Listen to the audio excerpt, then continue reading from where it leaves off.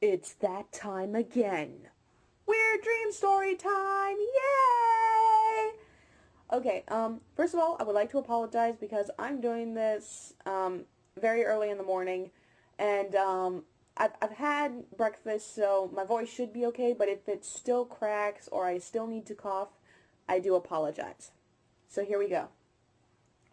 I hate to be repetitive, but again, this dream has to do with Travis Willingham. But this is not like the fangirly dream I told you about earlier. No, no. This is a lot creepier, so be warned. The dream basically starts off in the middle of whatever is going on. We have no idea what's happened up to this point. We just know what is going on right now at this time.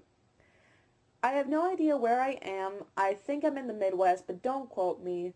But I'm in this really beautiful neighborhood. The vegetation is wonderful. Nice, tall, mature trees all along the side of the road. The grass is green and well kept. Houses are beautiful and cleaned. Beautiful architecture. Lots of tender love and care going around. I'm hiding behind a tree, and on the other side of the tree is Travis Willingham, and he's holding a knife to a woman's throat. Like he'd ever do it in real life, but still, with his height, it's very, very freaky. And he's talking to this woman in this really low serial killer whisper, so from afar, I can't hear what he's saying or asking her, because, it's very, very muffled. And all of a sudden, he knocks the woman over the head and knocks her unconscious with his knife. He drops the knife, and he starts walking away. Once he's a good few feet away, I sneak from behind the tree, and I examine the knife, instead of helping out the woman, but I don't know. I look at the knife because it's actually a very interesting knife, because it looks a lot like the knife from Final Fantasy 13. Whatever that tells you. So I go to look back at Travis, just kind of wondering, who is this guy? But when I look, he's looking right at me. And although his face is straight, his eyes are burning. He is pissed off. And I'm scared out of my mind. So I pick myself up, and I start running my ass off. Now, for as long as I outran him in this dream, I probably could not do it in real life, because he's got longer legs, and I don't have that kind of stamina. I'm not a runner.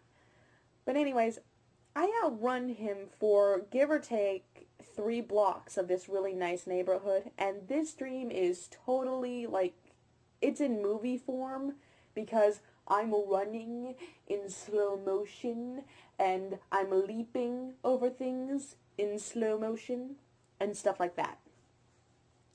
Now, I run for so long that I actually leave this nice neighborhood and enter a part of downtown that, in the daytime it looks okay, it looks safe, but at nighttime, which it miraculously became in this dream, it looks kind of creepy because one of the streetlights is flickering, no one's around, there are no cars on the street, and it miraculously rained, but I was still dry, everything else was wet.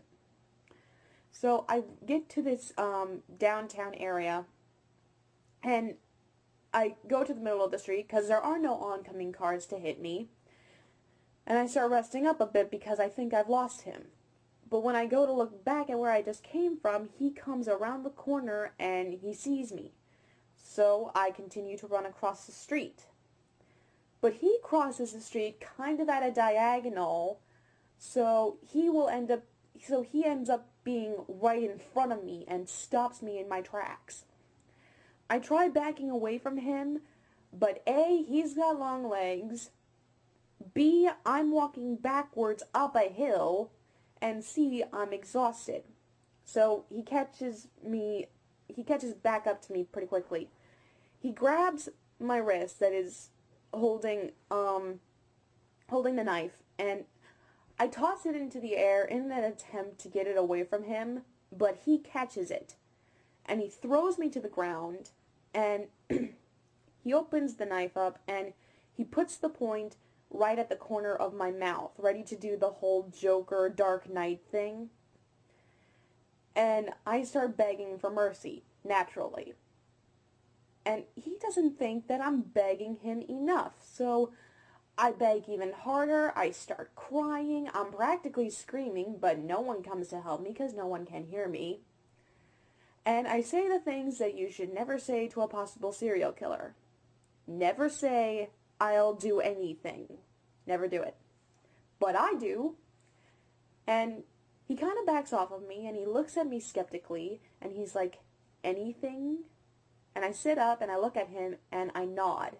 And right as he's about to tell me what he wants me to do, this scene fades to me sitting in the back of a car reading a book. So everything in the dream that had happened up until that point was my imagination going as I'm reading this book.